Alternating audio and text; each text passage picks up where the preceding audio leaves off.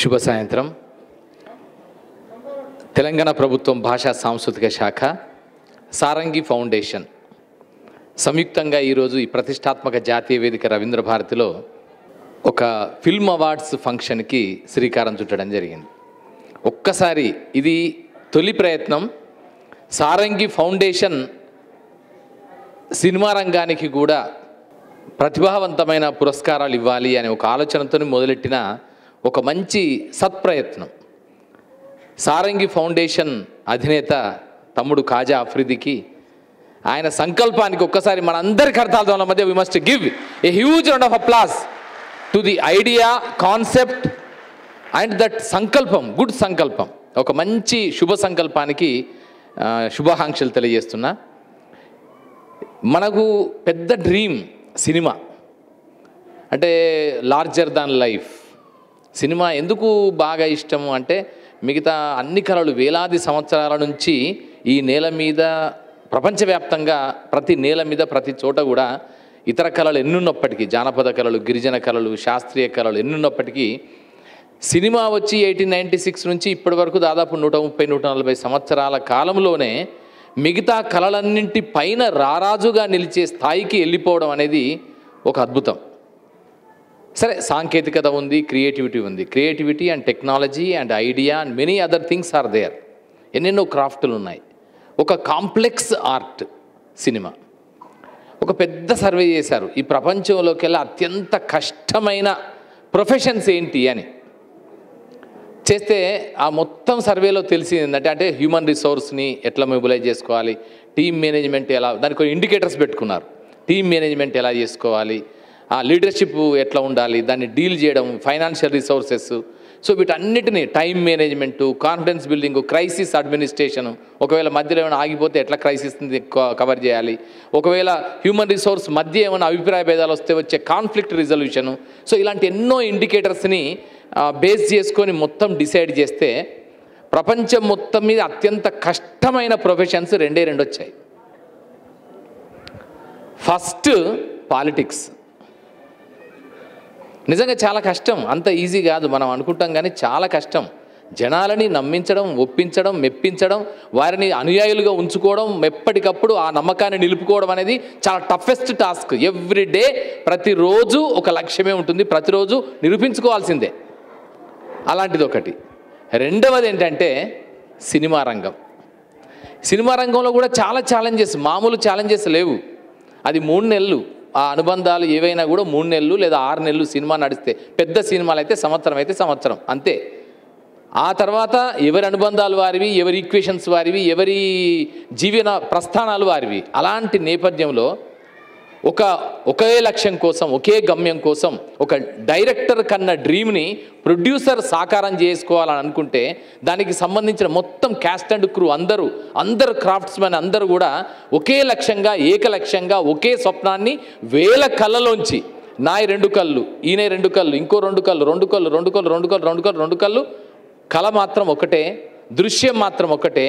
ఆ దృశ్యాన్ని, ఒకే దృశ్యాన్ని వందలాది నేత్రాలు కలిసి కనే ఒకే ఒక కళ సినిమా.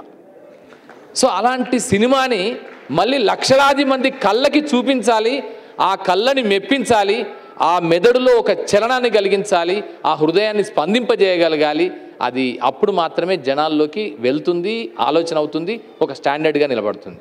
సో ఇంతటి పెద్ద కాంప్లెక్స్ ప్రాసెస్, ఇలాంటి కాంప్లెక్స్ ప్రాసెస్కి ఆలవాలం సినిమా అయితే, అలాంటి సినిమాకి కూడా పనిచేసిన టెక్నీషియన్స్, వర్క్ చేసిన ఆర్టిస్టులు, డైరెక్టరు, సాంకేతిక నిపుణులు అందరికీ కూడా ఒక హానర్ ఇవ్వడం అనేది ఎప్పటి నుంచో వస్తుంది.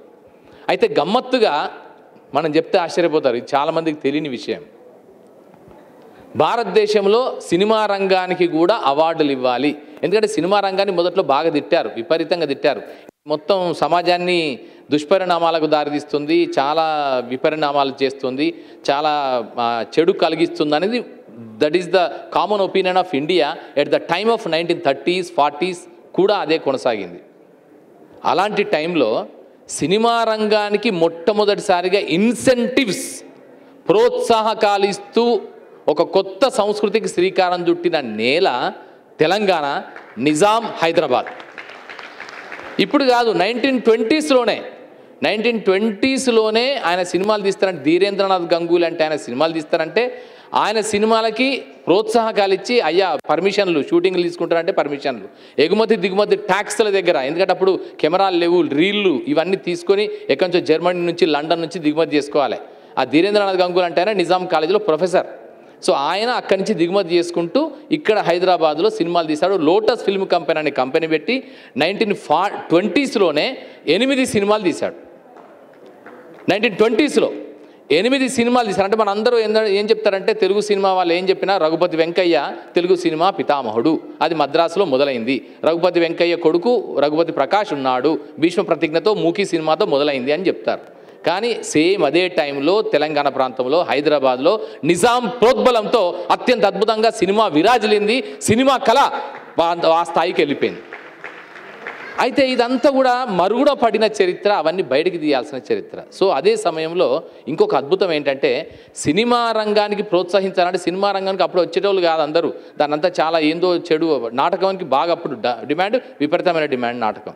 ఆ టైంలో ఇప్పుడు మన వాళ్ళు అందరూ కూడా ఏం చేస్తారంటే, ఇప్పుడు చెప్తారు నాకు ఇక్కడ డిప్రెషన్తో బాధపడుతున్నాను, ఇది సైకలాజికల్ ప్రాబ్లమే, క్యాన్సర్తో బాధపడుతున్నాను, ఇది ఒక ప్రాబ్లమే అని సెలబ్రిటీస్ ద్వారా చెప్పిస్తే ఏమవుతుందంటే మిగతా వాళ్ళందరూ కూడా ధైర్యంగా ఉండొచ్చు, మేము కూడా మళ్ళీ సోనాలి బెంద్రే మళ్ళీ వచ్చేసింది, బాగా మళ్ళీ ఆరోగ్యంగా ఉంది, లేకపోతే ఇంకెవరైనా ఆరోగ్యంగా ఉన్నారంటే క్యాన్సర్ మళ్ళీ ఏం ప్రాబ్లం లేదనేది ఒకటి ధైర్యం వస్తుందనే ఆలోచన కొద్దీ మనం ఏం చేస్తాం, సెలబ్రిటీస్తో చెప్పిస్తాం. Likewise at that time సినిమాలు కూడా చూడండి అని చెప్పడానికి నిజాం తన సొంత కుటుంబం మనవళ్ళతో సహా ఇక్కడ ఇప్పుడు మనం ఇది గుల్జార్ హౌస్ దగ్గర ఉండే పాత థియేటర్ ఇప్పుడు లేదు, అది ఆ థియేటర్కి వచ్చి సినిమాలు చూసేవాడు.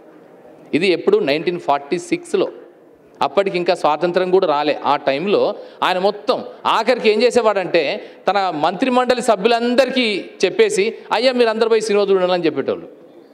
అంటే మనం అనుకుంటాం రాష్ట్రపతి భవన్లో ఒక సినిమా ప్రదర్శించబడిందంటే పెద్ద న్యూస్ అవుతుంది కదా ఇప్పుడు మనకు. సేమ్ అలాగే ఆయన మొత్తం నిజాం రాజు మొత్తం అందరి క్యాబినెట్ తన మంత్రులందరినీ తీసుకెళ్ళి సినిమా చూపించేవాడు. అంటే అప్పుడు కొత్త కళారూపం, కొత్తగా ఎదుగుతున్న కళారూపం.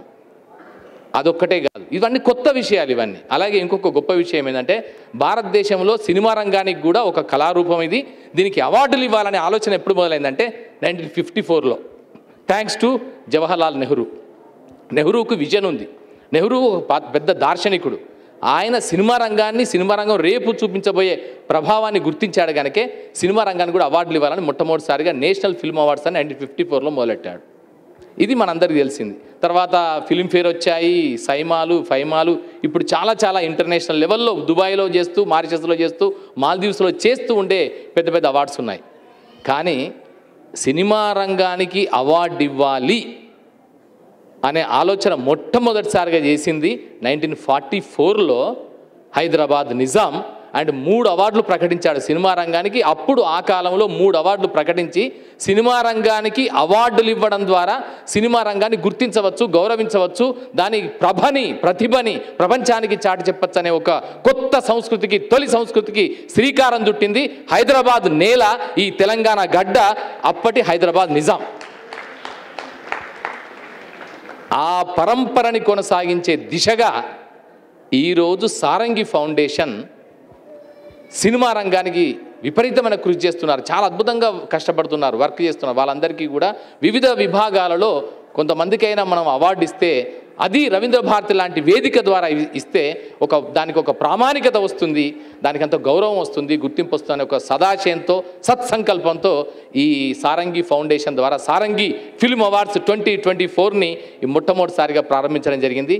ఈ కార్యక్రమానికి ఇంతమంది విచ్చేశారు, అందరూ everybody has carved their own niche in Telugu cinema now. Though they are started very మంచి చిన్న బుడిబుడి నాటకాలతో మొదలెట్టచ్చు, కాకపోతే వారి రంగాలలో ఇప్పుడు తమదైన ముద్రను వేసుకున్నారు.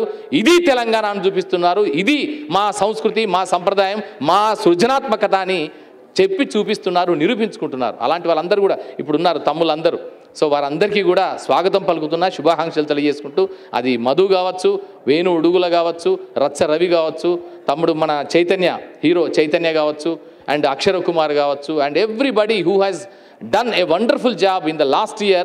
They have been recognized, honored and get to be awarded with wonderful felicitation on this very prestigious National Theatre. So ఇలాంటి ఒక చక్కని సాయంత్రానికి మీ అందరు విచ్చేసినందుకు అందరికీ శుభాకాంక్షలు, స్వాగతం పలుకుతూ సారంగి ఫౌండేషన్ తరపున ఖాజా ఆఫ్రిదీకి మరొక్కసారి మనందరి కరతాళాల మధ్య శుభాకాంక్షలు, blessings and all the best చెప్దాం.